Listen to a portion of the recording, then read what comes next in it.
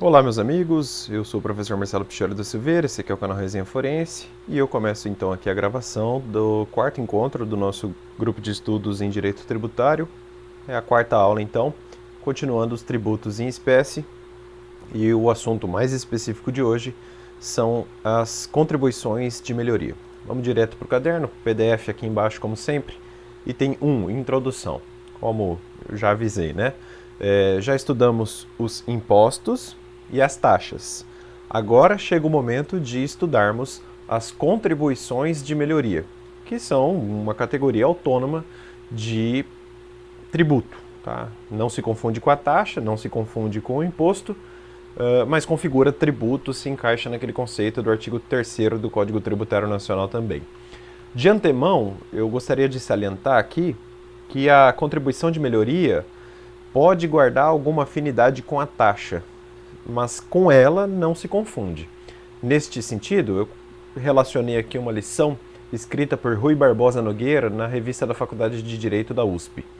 Ele escreveu o seguinte: o substrato, fato ou relação fática que distingue a possibilidade da cobrança da contribuição de melhoria da cobrança da taxa está precisamente em que, para a primeira, o governo realize obra pública de que resulte valorização dos imóveis dos respectivos contribuintes, enquanto que, para legitimar a cobrança da taxa de serviço, é preciso que efetivamente preste ou ponha à disposição do respectivo contribuinte um serviço público específico para o utene e, por isso mesmo, quando esse serviço atenda a um grupo ou coletividade, seja de natureza divisível entre os usuários e compulsório. Não é a contribuição de melhoria uma invencionice brasileira, então não é uma coisa nossa, tá? A gente importou isso aí.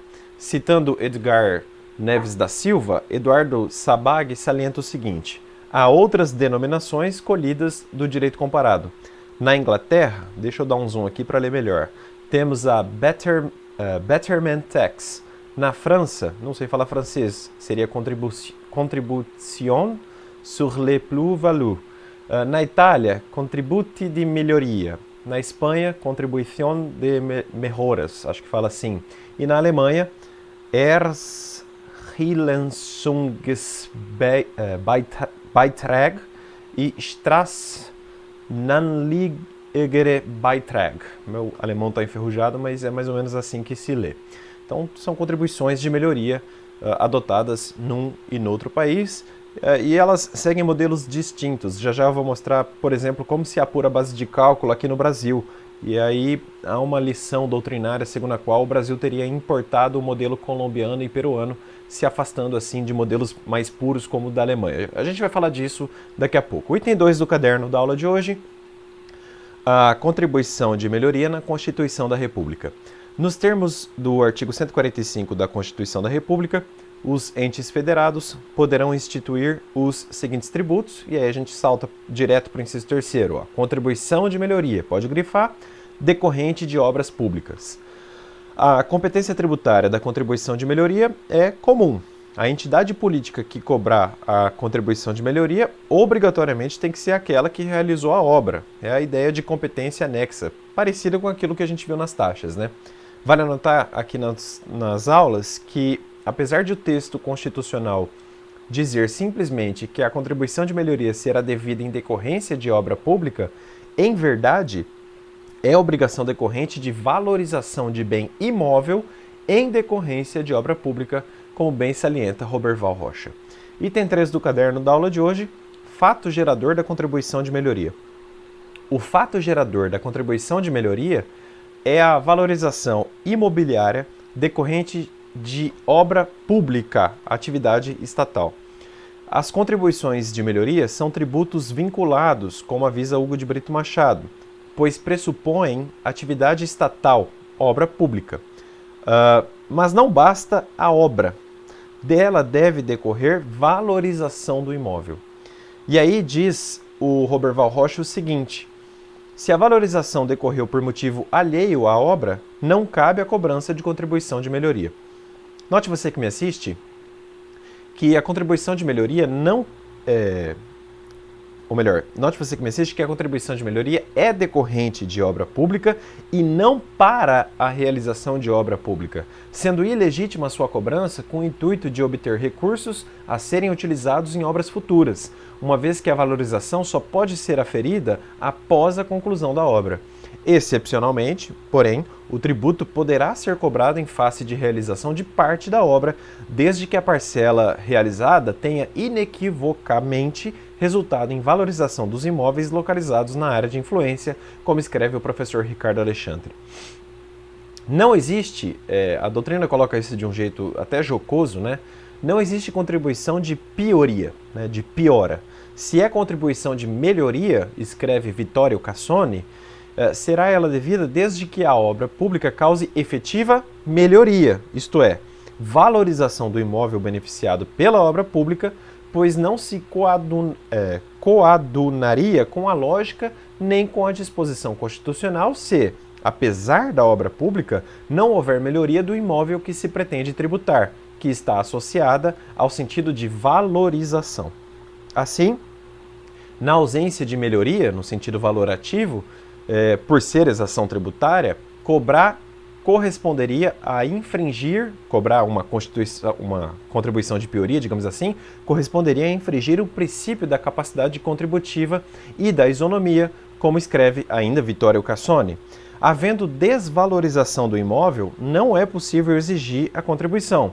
Nesse caso, não terá lugar a contribuição de melhoria, pelo contrário, competirá ao Estado oferecer ao interessado, o proprietário prejudicado, uma indenização correspondente, como afirma Eduardo Sabag. A desvalorização, portanto, não é uma questão tributária, mas uma questão de responsabilidade civil do Estado, é o que avisa Hugo de Brito Machado. Sem valorização imobiliária decorrente de obra pública, decidiu o STF, não há contribuição de melhoria, porque a hipótese de incidência desta é a valorização e a sua base é a diferença entre dois momentos, o anterior e o posterior à obra pública, vale dizer, o quantum da valorização imobiliária. Isso aí vocês conseguem ler no recurso extraordinário 114.069 do Estado de São Paulo. O relatório coube ao ministro Carlos Veloso, foi julgado na segunda turma em 30 de setembro de 1994. Nem mesmo posterior desvalorização de moeda autoriza a contribuição de melhoria, como também decidiu o STJ.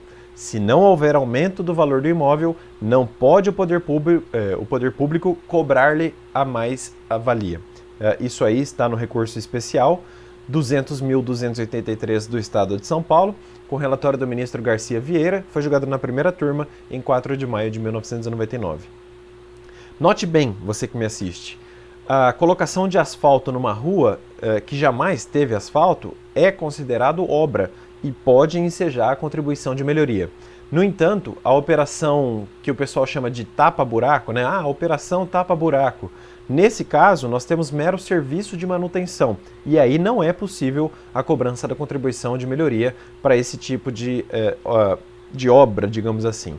Neste aspecto, dentro desse rumo que eu mostrei para vocês, eu cito aqui a ementa do STF que diz: contribuição de melhoria, recapeamento de via pública já asfaltada, sem configurar a valorização do imóvel, que continua a ser requisito íncito para a instituição do tributo, mesmo sob a égide da redação dada pela emenda número 23 ao artigo 18, inciso 2 da Constituição de 1967, recurso extraordinário provido para restabelecer a sentença que julgara inconstitucional a exigência. Isso aí vocês encontram no recurso extraordinário 116.148, com relatório do ministro Octávio Galotti, foi julgado na primeira turma em 21 de maio de 1993.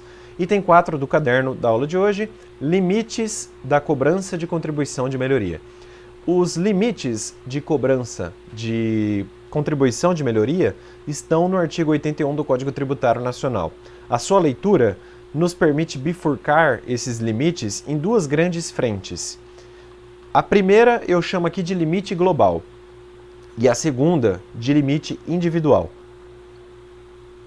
Para quem acompanha no caderno, prestem atenção nas cores que eu coloquei aí, não estão à toa. No limite global eu usei a cor amarela e no limite individual eu usei a cor azul. Vocês vão entender esse jogo de cores aí daqui a pouco, fica bastante didático. Mas vamos lá, primeira limitação, a do limite global, né? Primeira frente de limite é a do limite global. O valor exigido da totalidade de contribuintes alcançados pela valorização não pode superar a despesa que o Estado teve com a realização da obra. Não se pode admitir uma arrecadação acima do montante do custo da obra. Isso é o que se diz na obra do professor Eduardo Sabag. Muito bem. Segunda limitação, a do limite individual, é a segunda frente, né? O Estado não pode cobrar de cada contribuinte individualmente a mais do que a valorização experimentada pelo seu imóvel. Tal limite impõe que a administração analise discriminadamente a valorização imobiliária, uma vez que a obra que valoriza um imóvel em 10% pode não ter valorizado outro imóvel em idêntico percentual de valorização. Isso aí quem diz também é o professor Eduardo Sabag. Esses limites aí, né, que eu coloquei cores, devem ser analisados concomitantemente. O primeiro, que for atingido, já impede a cobrança do valor superior. O ente não pode receber a mais do que gastou para realizar a obra, nem cobrar um valor superior ao que cada imóvel valorizou. Então nós temos duas réguas, né? A primeira régua que atingir, trava, e é o máximo possível de cobrança individual de cada contribuinte da contribuição de melhoria. Neste sentido, vejam comigo aqui o artigo 81 do Código Tributário Nacional e vejam as cores que eu coloquei ali, que correspondem às cores amarela e azul, que eu acabei de mencionar, e vai ficar bastante didático, né? Inclusive, recomendo que faça isso no seu vademecum. Artigo 81 do CTN. A contribuição de melhoria cobrada pela União, pelos Estados, pelo Distrito Federal ou pelos municípios, no âmbito de suas respectivas atribuições, é instituída para fazer face ao custo de obras públicas de que decorra valorização imobiliária, tendo como limite total a despesa realizada e como limite individual o acréscimo de valor que da obra resultar para cada imóvel beneficiado. Acredito que com essas colocações aqui, esse artigo 81 seja muito fácil de compreensão, seja de fácil compreensão e de adequada hermenêutica. Item 5 do caderno da aula de hoje, base de cálculo da contribuição de melhoria. Vejam só, o Código Tributário Nacional não tratou da base de cálculo da contribuição de melhoria, mas o Supremo Tribunal Federal entende que ela deve ser a valorização do imóvel. E sobre ela, o Estado lança uma alíquota de no máximo 100%, evidentemente. O STF consolidou o entendimento no sentido de que a contribuição de melhoria incide sobre o quantum da valorização imobiliária. Neste sentido, consultem aí o AI número 694836, com agravo regimental do STF, evidentemente, com relatório da ministra Ellen Grace, foi julgado na segunda turma no dia 24 de novembro de 2009. O professor Eduardo Sabag informa que as experiências estrangeiras na seara da contribuição de melhoria dividem-se na adoção de um entre dois modelos de cobrança existentes. O americano, que seria o primeiro, e o alemão, que seria evidentemente o segundo. O modelo dos americanos, diz o Eduardo Sabag, prioriza a valorização do imóvel, e o modelo dos alemães, por sua vez, dá prioridade ao custo da obra.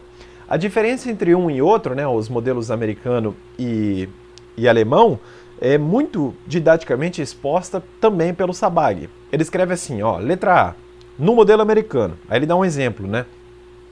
Se Caio é proprietário de um imóvel no valor de 500 e após a obra obtém uma plusvalia de 50, passando o seu imóvel a valer 550, deverá recolher 50 aos cofres públicos, a título de contribuição pela melhoria ou valorização do bem. Letra B, e agora ele vai dar um exemplo ali, no modelo alemão, e é bem interessante mesmo. Se os imóveis de Tício, Mévio e Tibúrcio, 3 proprietários de casas na zona de influência próxima à obra pública, foram atingidos por uma valorização oriunda de obra com custo de 210 ao Estado, cada um deles deverá desembolsar 70 aos cofres públicos, rateando assim o custo da obra, 210 vezes 1/3 igual a 70. Isso, repetindo, está na obra do professor Eduardo Sabag. O Brasil, até mencionei isso no começo da aula, né? O Brasil seguiu as experiências do Peru e da Colômbia, adotando um sistema misto, mitigado ou heterogêneo, no qual a contribuição de melhoria é cobrada à luz do critério da mais-valia imobiliária, tendo como limite total o custo da obra. E eu leio aqui mais uma vez o Eduardo Sabag, que me parece um autor muito completo nessa parte aqui do curso. Anote, vale anotar aqui no nosso curso, enfim, no nosso caderno, que é pacífico no Superior Tribunal de Justiça o entendimento de que a valorização individualizada do imóvel do contribuinte é fator delimitador da base de cálculo da contribuição de melhoria, não sendo permitido tão somente o rateio do custo da obra entre aqueles que residem na área em que foi realizada a obra pública, o que prova mais uma vez a adoção de um sistema misto. De qualquer maneira, consultem aí STJ, recurso especial 147.094, aqui do estado do Paraná, com relatório do ministro Benedito Gonçalves, foi julgado na primeira turma do STJ em 15 de fevereiro de 2011. Item 6 do caderno, uma pergunta didática. Como se cobra contribuição de melhoria? Como é que se dá isso na prática? De acordo com o Superior Tribunal de Justiça, a contribuição de melhoria é tributo cujo fato imponível decorre de valorização imobiliária que se segue a uma obra pública, ressoando inequívoca a necessidade de sua instituição por lei específica, emanada do poder público construtor, obra por obra, nos termos do artigo 150, inciso 1, da Constituição Federal de 1988, combinado com o artigo 82 do Código Tributário Nacional, uma vez que a legalidade estrita é incompatível com qualquer cláusula genérica de tributação.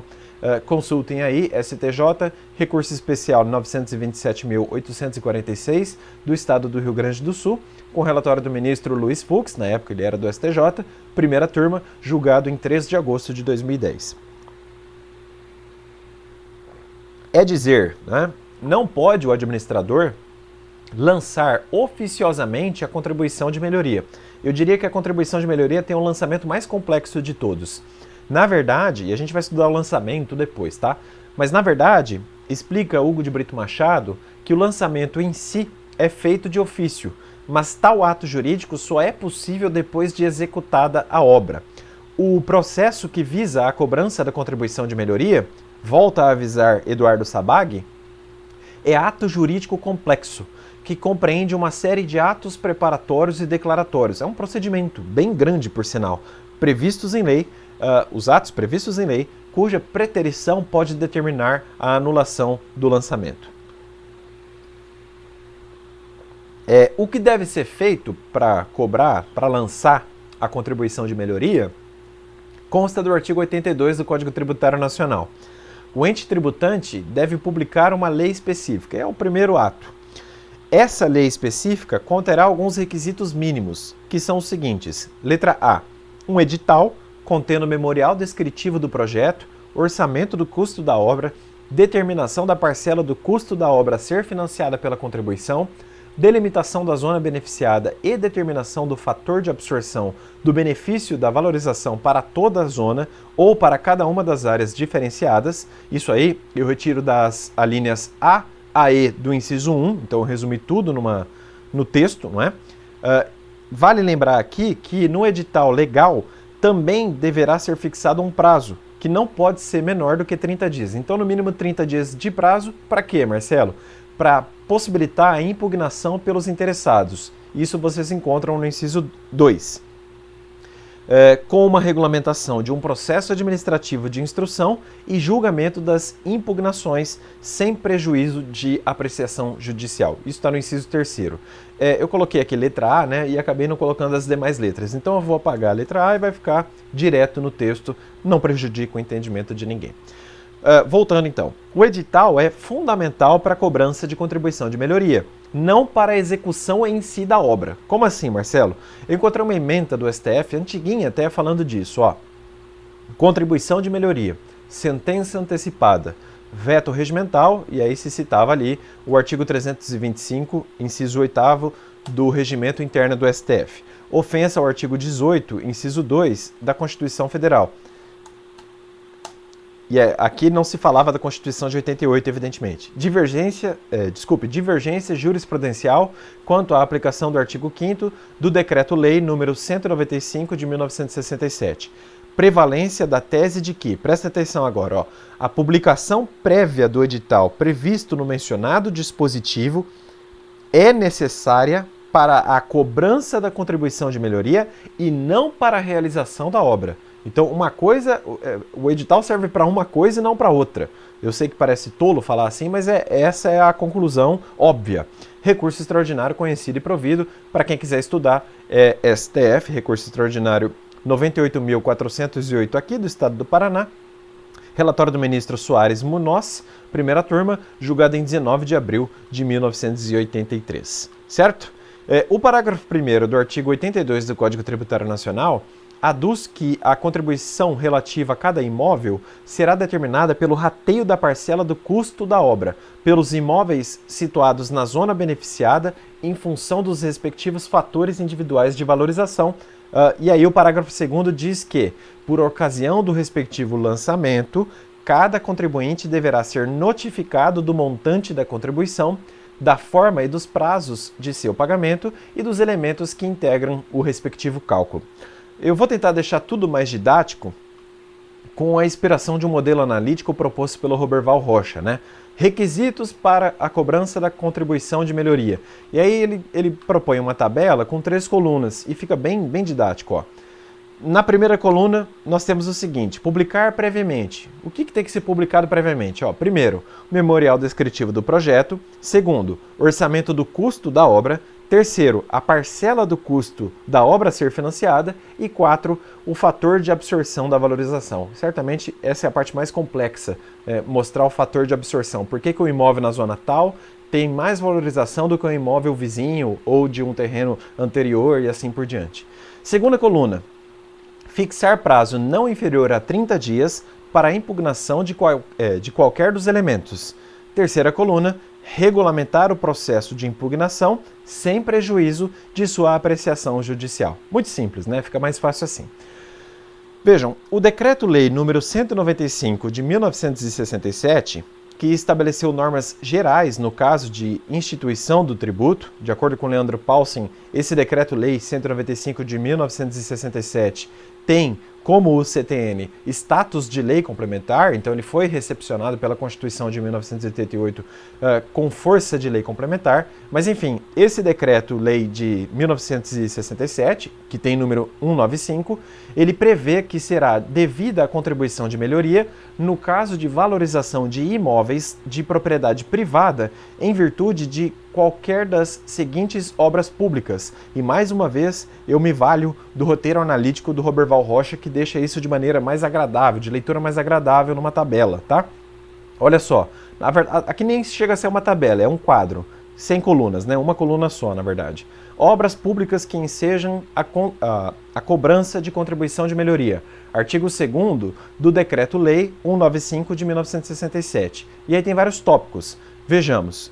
Primeiro, abertura, alargamento, pavimentação, iluminação, arborização, esgotos pluviais e outros melhoramentos de praças e vias públicas. Segundo, construção e ampliação de parques, campos de desportos, pontes, túneis e viadutos. Terceiro, construção ou ampliação de sistemas de trânsito rápido, inclusive todas as obras e edificações necessárias ao funcionamento do sistema.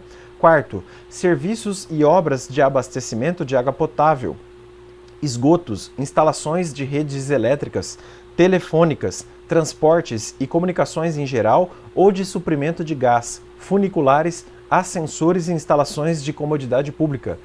Sexto, proteção contra secas, inundações, erosão, ressacas e de saneamento de drenagem em geral, diques, cais, desobstrução de barras, portos e canais, retificação e regularização de cursos d'água e irrigação. 7.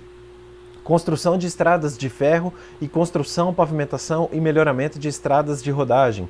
8. Construção de aeródromos e aeroportos e seus acessos.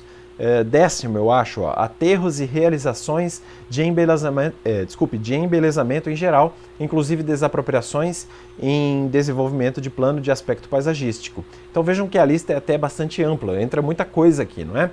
Para Hugo de Brito Machado, essa relação de obras públicas do artigo 2º do Decreto-Lei 195 de 1967, ainda que seja taxativa, foi também bastante abrangente, como eu falei, né? De sorte que dificilmente se poderá ter uma obra pública que na mesma não esteja contida. De fato, né? Exemplos práticos aqui para a gente entender melhor como as coisas se dão. Exemplo 1. Imagine você que me assiste que o município de Maringá invista numa obra pública gastando R$500 mil. No total, 20 imóveis idênticos e vizinhos lograrão valorização individual de R$60 mil cada.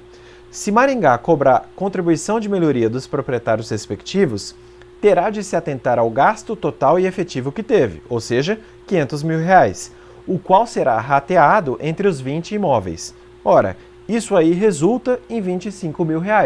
Este é o máximo tributável de cada proprietário, ainda que a valorização individual tenha sido maior, 60 mil contra os 25 mil. Exemplo 2. Imagine você que me assiste que o município de Maringá invista R$1 milhão numa obra pública. Uma grande área com 100 imóveis experimenta valorização imobiliária. Cada um deles logra valorização de R$5 mil. Maringá poderá cobrar no máximo R$5 mil de cada proprietário, arrecadando apenas R$500 mil, ainda que a sua despesa total tenha sido de R$1 milhão. Exemplo 3. Imagine agora, você que me assiste, que o município de Maringá invista R$100 mil numa obra pública. Uma grande área com 200 imóveis experimenta imensa valorização imobiliária. Cada um deles logra valorização de R$50 mil. Maringá poderá cobrar no máximo R$500 de cada proprietário, ainda que a valorização individual tenha sido bem maior. É que Maringá só gastou R$100 mil. Ele não poderá exigir mais do que gastou com a própria obra. É claro que na prática tudo fica mais dificultoso, você tem que calcular o fator de absorção e assim por diante. Mas os exemplos aí ajudam a gente a captar o raciocínio por trás da sistemática brasileira de cobrança da contribuição de melhoria. Como eu falei, os exemplos são simples e, na prática, há outros fatores que influenciam essa conta, como os fatores de absorção. Mesmo assim, as contas não são tão complicadas. Uma vez determinado o fator de absorção e com os números em mão, você faz as contas, não é? Outro sim, a doutrina sugere categorias fenomênicas de valorização. Kiyoshi Harada apontou, por exemplo, a valorização imobiliária longitudinal, que seria a valorização de imóveis ao longo da obra, em pontos extremos, que seria a valorização nas extremidades da obra, e em sentido radial, né? A valorização ao redor da obra. Certo é que a área total dos imóveis valorizados responde ao valor total a ser cobrado, e a área de cada imóvel corresponde ao valor a ser cobrado do respectivo proprietário, é o que diz Hugo de Brito Machado. E assim dou por encerrado o quarto encontro aqui do nosso curso de Direito Tributário. Eu volto no quinto encontro para estudar com vocês, ainda tributos em espécie, mas a categoria do empréstimo compulsório, que tem até uma importância histórica aqui no país, porque os tributaristas dizem que o Fernando Collor se valeu de um trecho do CTN que corresponderia ao empréstimo compulsório naquela questão do congelamento das poupanças e assim por diante. Então é um assunto de muito relevo, não só dogmático, mas também histórico e social. Então eu volto aqui no quinto encontro para estudar com vocês os empréstimos compulsórios e para mostrar como se entende hoje esse trecho do CTN que teria autorizado na época